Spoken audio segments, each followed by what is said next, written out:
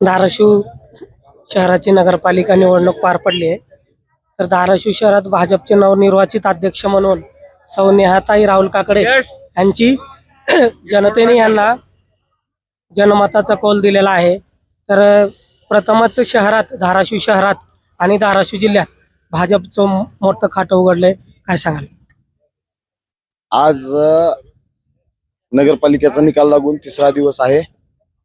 धाराशिव शहराने राणादादांच्या सक्षम नेतृत्वाला आणि विकासाच्या धोरणाला आपली पसंती दिली आहे आणि राणादादांची जी गॅरंटी होती त्या गॅरंटीवर विश्वास ठेवून भारतीय जनता पक्षाच्या नगराध्यक्ष सौ नेहाताई राहुल काकडे आणि 22 नगरसेवक असं घवघवीत यश भारतीय जनता पार्टीला मिळालं आहे.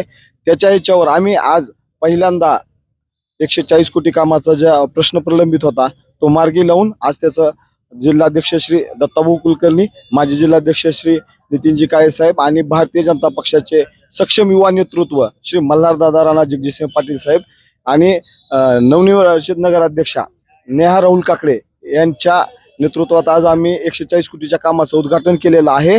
आणि ही जी विकासाची घोडदौड आम्ही आज चालू केली आहे ही अविरत 5 वर्ष चालणार आहे आणि इथून पुढे पण अशाच मोठ्या प्रमाणात निधी आणून आम्ही जास्तीत जास्त शहराचा विकास करू. धाराशिव शहराच्या जनतेने आपल्याला जनमत कौल दिलेला आहे. तर जनतेचे काय आव्हान, काय आश्वासित करा? धाराशिव शहरातील जनतेला मी आश्वासित करू इच्छितो की इथून पुढच्या काळात धाराशिव शहरातील जनतेला कुठलीही समस्या भेडसावणार नाही. धाराशिव शहराचा पूर्ण सर्वांगीण विकास आमच्या माध्यमातून आम्ही करण्याचा, सत्तेच्या माध्यमातून, दादांच्या माध्यमातून करण्याचा प्रयत्न करू. आणि धाराशिव शहरात रस्ते असतील, लाईट असतील, वीज असेल, जे मूलभूत प्रश्न आहेत ते तर निश्चितच सोडवू, पण त्यापुढे जाऊन आम्ही अशा काही कल्पना राबवणार आहोत शहरात की त्या नागरिकांच्या हिताच्या असतील. नमस्कार, हे होते राहुल भैया काकडे. मी परवेश शेख, साबरमती न्यूज, उस्मानाबाद, धाराशिव.